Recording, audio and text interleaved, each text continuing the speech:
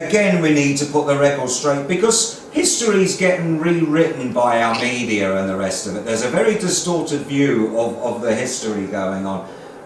Just for the record, did you or have you ever said there were murders at Haute De La Garenne? No, and you don't have to look very far to see that. You don't have to look for any further than the, for instance, the BBC News website, I think from the 1st of July 2008, where I quite clearly, and it's still available on the internet, where I quite clearly said that unless the evidence changed, there would be no homicide inquiry, because the evidence was of such a contradictory nature that we could not prove that homicide, murders or manslaughters had taken place at Haute De La Garenne. That's not the same as saying that no horrible crimes ever took place there. There were crimes committed there. There were crimes committed there against children, and at the very least, parts of children's bodies were buried there illegally. Why is another question. But I have clearly been on the record so many times saying that there's no evidence of homicide. There's a difference between saying that we have to treat the scene as a homicide scene, a potential homicide, and then going on to say that there have been murders at Haute De La Garenne. The former attitude, where we had to treat it as a homicide scene, was endorsed by ACPO and by others as well. And the funny thing is that, Wiltshire police, the infamous Wiltshire inquiry, who interviewed me for 5 days solid over 2 periods and tape recorded every single word that I said, were told of all of this. And indeed, they, I think Graham Power alludes to it in his, somewhere in his, either his affidavit or some other document that he produced. He has documentation which showed that Wiltshire Constabulary employed a number of officers to search through every single bit of my media interaction in the hope of finding somewhere where I had said that there had been murders committed at Haute De La Garenne. And in the end, the officers could only report back that in actual fact, the only thing I said was that we had no evidence that there were any murders at Haute De La Garenne. But that seems to have been lost in the wash, and seems to have been lost in particular by the Jersey Evening Post and by Ian Lamarcombe. Yes, so a lot of stuff's getting lost. HMIC reports, the year 2000 HMIC report, where that basically said yourself and Graham Power had, shall we say, turned around a failing police force. That HMIC report has gone out the window. Yes, I mean, the HMI report before Graham took up his post was absolutely damning. It was very, very critical, one of the most critical I've seen of a police service. And the first one that we received told of the huge progress that the force had made under Graham's leadership. And then when they came back 2 years later, that program of progression had been built upon. And indeed, they were fulsome in their praise for the modernisation that had been carried out of the force. And among the areas that they were particularly pleased with were in the areas of integrity and professional standards. And of course, that was something that I think it was Dick Shenton who had particularly criticised myself for what he said was a waste of money in trying to bring corrupt cops to book. But the HMI were particularly pleased with that. Also, the progression we had made in the area of inappropriate behaviour and in respect of minorities and female officers.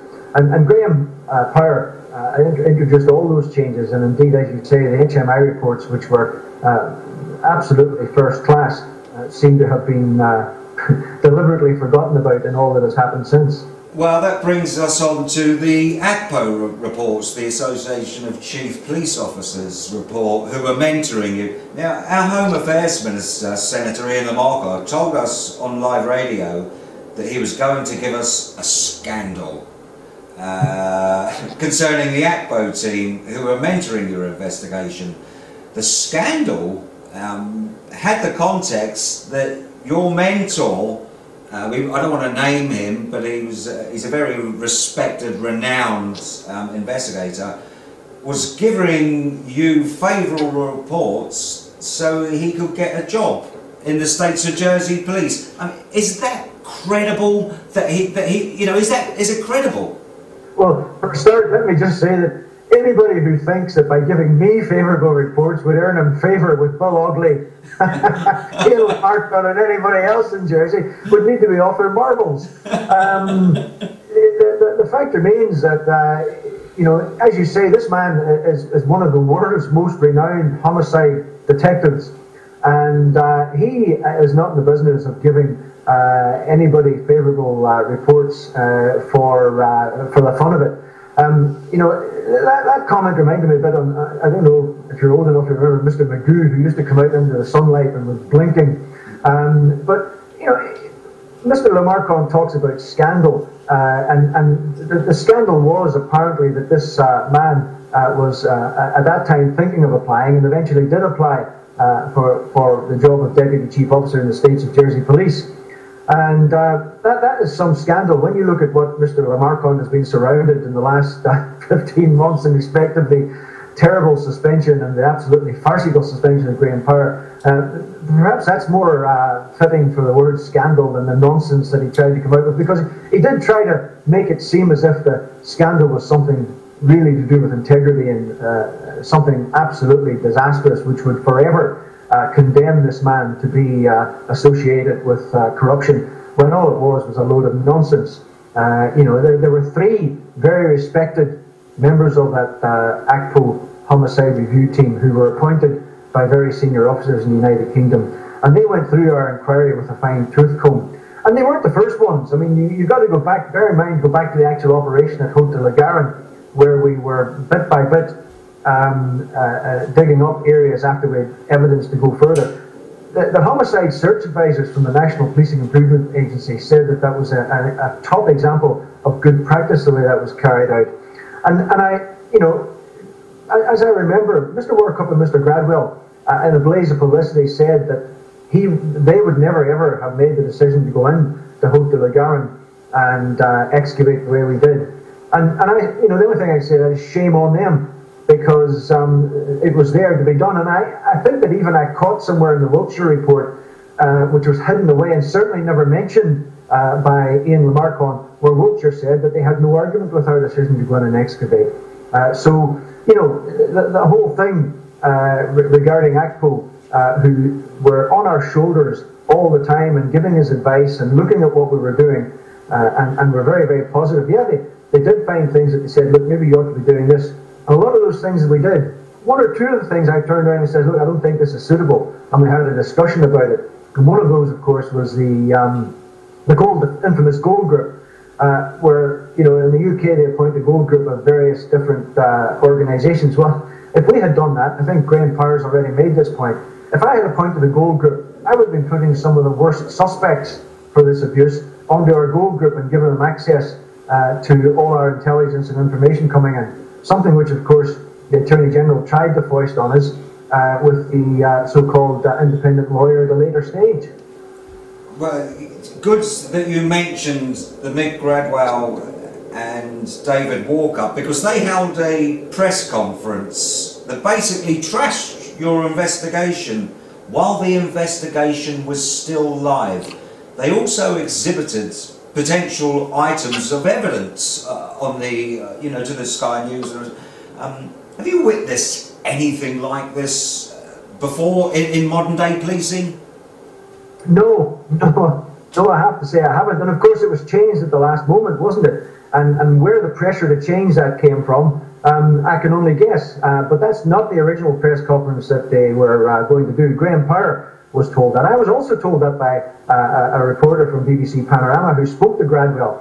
And, this reporter from Panorama was told that the press conference was simply going to say that they had no evidence of murder, which is what I was saying all along. And then all of a sudden it changed, and they came out with a load of nonsense that they did. But of course that press conference now has been discredited so clearly and so easily by not only by people like yourselves who have torn it apart, but of course by Bob Hill. I mean, for instance, they said there were no sellers. So not only did they say that I wasn't telling the truth, but worst of all, they were clearly coming out and saying, victims of abuse, you're lying through your teeth.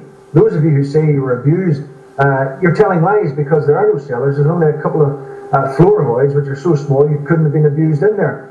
Well, as I say, you know, a Panorama reporter, his name is Robert Hall, was filmed in the cellars, and it clearly showed the height of him. And then more recently, Bob Hill, Jersey's own Bob Hill, was also filmed, and I think that film is still available on YouTube, which clearly shows that Warkup and Gradwell were not telling the complete truth when they said that the cellars, or voids as they call them, were only 2 or 3 feet high. And that's not the only thing, as you have alluded to, the exhibits that they showed. Well, I remember most of the controversy has been over the shackles. And I well remember those shackles being found, and I well remember refusing to confirm to the media, including Diane Simon, who asked me if I had found shackles. And I remember saying that I was refusing to confirm what we had found. But, you know, Gradwell said these items were rusty metal. Of course they were rusty metal. They've been in the ground for years. But it wasn't I who actually originally coined the term shackles. It was the builders who found them 5 years before, who told the media, including Deanne Simon, that we would find shackles. And Deanne Simon ran a story in which she called them shackles long before I ever mentioned the word shackles. So, you know, there's so much misinformation and downright untruths that have been peddled as a result of that press conference. And none of the Jersey media have taken any steps whatsoever to try and nail down the truth of that. And I think that's to their discredit.